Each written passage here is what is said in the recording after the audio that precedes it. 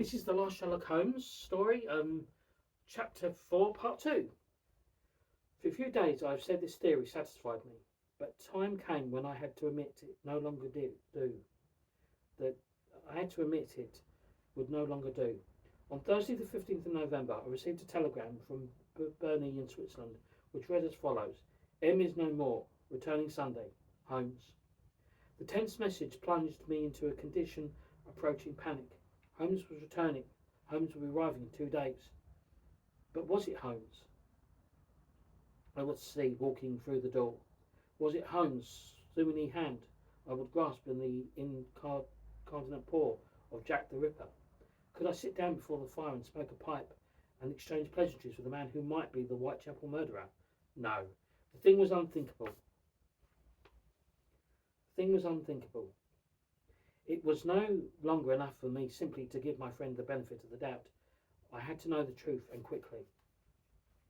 Back in 1881, shortly after moving into 221B Baker Street, I devoted an idle moment to drawing up a list of my new companion's personal traits, as I then understood them, hoping thereby to deduce the line of work in which he was engaged.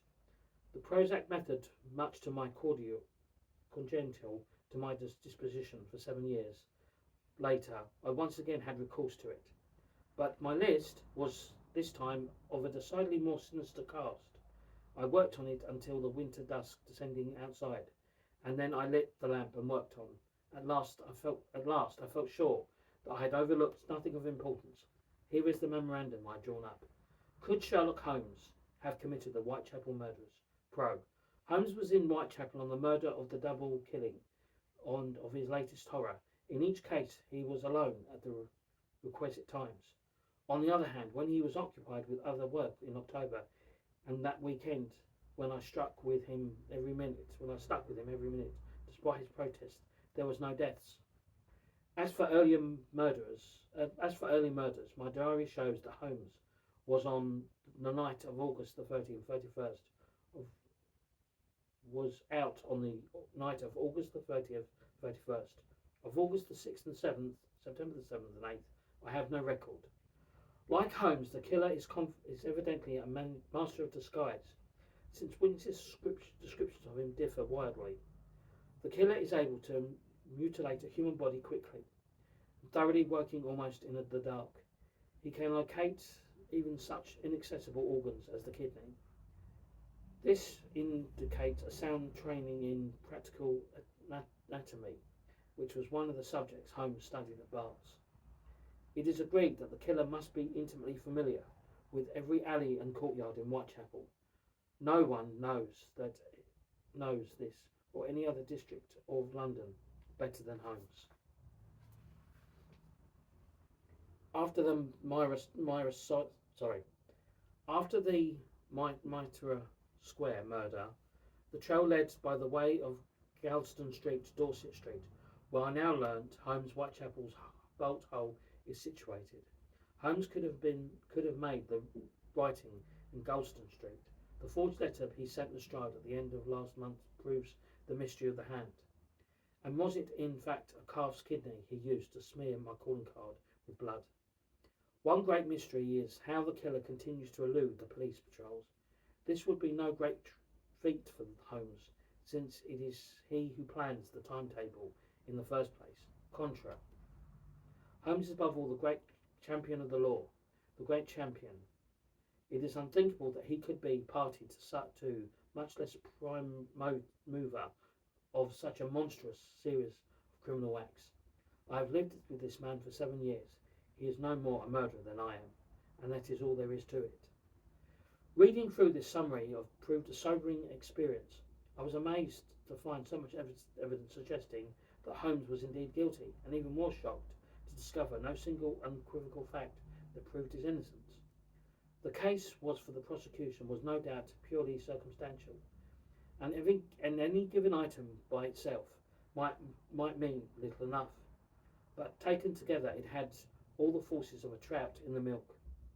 And when one added the evidence I gathered with my own eyes that morning in Miller's Court, it had amounted to a very weighty indicament, and what could be defiance produced by way of reply. Nothing but my own testimony as a character witness, my conviction that Holmes was simply not capable of those monstrous atrocities. Once I saw this was the case, I naturally started to wonder just how well founded the conviction of mine was. Now that, not that I wished to undermine it, but if my understanding of Holmes' character was all that stood between me and the possibility that I was sharing rooms with Jack the Ripper, I needed to test its foundations rigorously.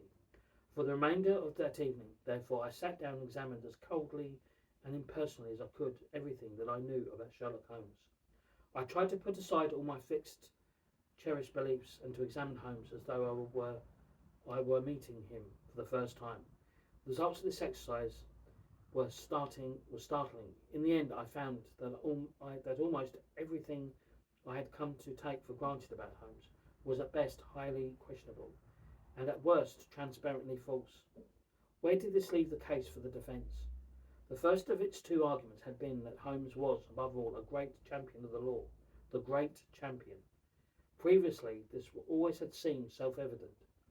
Holmes had devoted his life to bringing criminals to justice. To question whether he was a champion of the law seemed, on the face of it, absurd, as to inquire whether the Archbishop of Canterbury was Christian.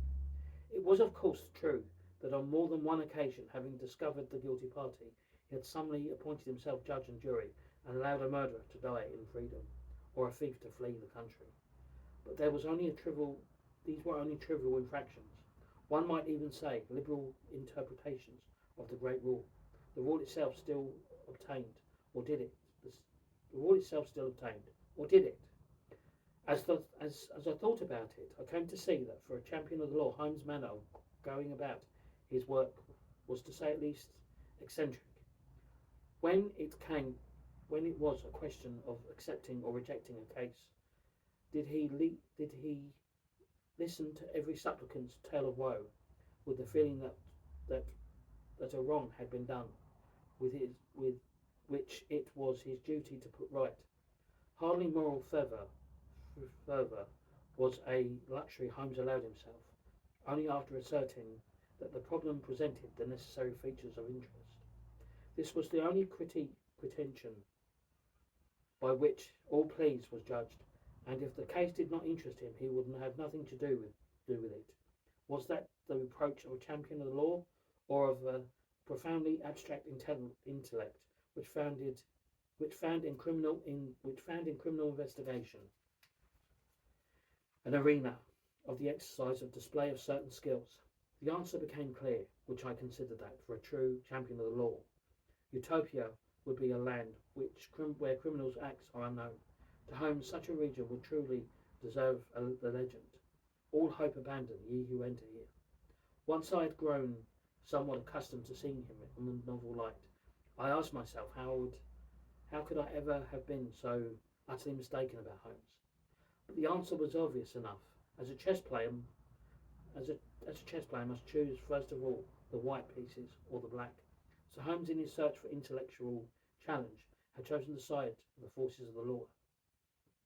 And since he manipulated them so well, we all had to come to identify Holmes with the white pieces, as if their fate meant anything to him outside the game. That was his sole delight. When there was no longer any opponents worthy of his powers, he did not rejoice at the overthrow of the black counters. No, he fretted and sulked, and plunged himself into a world of artificial stimulation. There it was, no doubt, in some dark, dismal cavern of the mind, unblocked by the spells of cocaine, that a voice had prompted him to move to the other side of the board.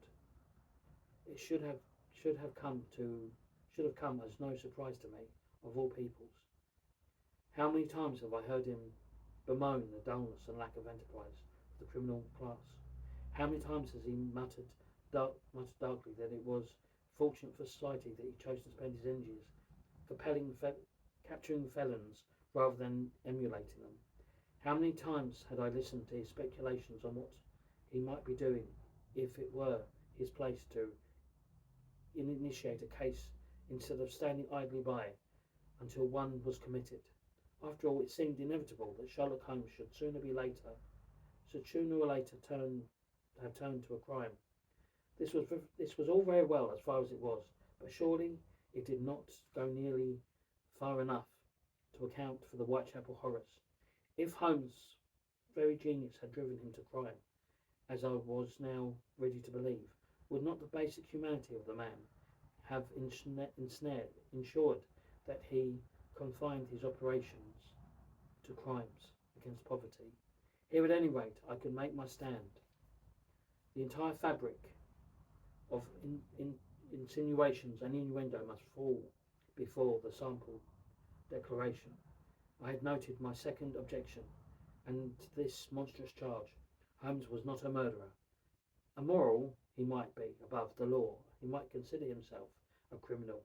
He might even have become, but a killer he was not. That, I had written, was all there was to it. If the matter had been less pressing, I would have been content to leave it thus. But the news of Howe's imminent return had put me to question in no uncertain fashion. I could not afford the luxury of a suspended judgment. I had to decide whether or not I was to continue to live in Baker Street, and the decision could not be postponed. Yet again I strove to concentrate my mind, but I was too tired, and I could no longer focus my attention. I lay back in my chair and lit a cigarette. Midnight had struck, and it was now morning, Friday the 16th. 7 days had passed since I stood petrified before the terrible tableau. Now the full horror of it seized my soul again, and like a ball blast, it swept suddenly the fog that had been obstructing my vision of the truth. Suddenly, overwhelmingly, I knew Holmes's manner. That was the key. All my sophistry fell to pieces as I recalled the chilling vividness, not what I had seen Holmes do, but how he had done it. That relaxed deliberation, the air of the master admiring his handiwork. Sherlock Holmes incapable of murder. Nonsense. The man could coolly flay and gut the body of a pregnant woman whilst wrestling his heirs from Italian opera. Though it be for the best reason in the world, was capable of anything and everything. Thus far, in this trial in camera, I had relied exclusively on the form of an argument. I had leaned from Holmes to call the inductive. Working from the facts, I knew them. I had tried to assess the probability of Holmes being the murderer. Now my vision on the sense of the miller's call suggested another way.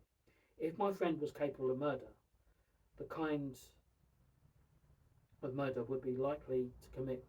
I would not imagine him killing anyone whose life was of the slightest value to mankind, or a source of pleasure to themselves or others. He would therefore choose for his victims those who were brutal and brief, and beastly. Moreover, the legend coldliness to women made it marginally more likely that his victims would be female.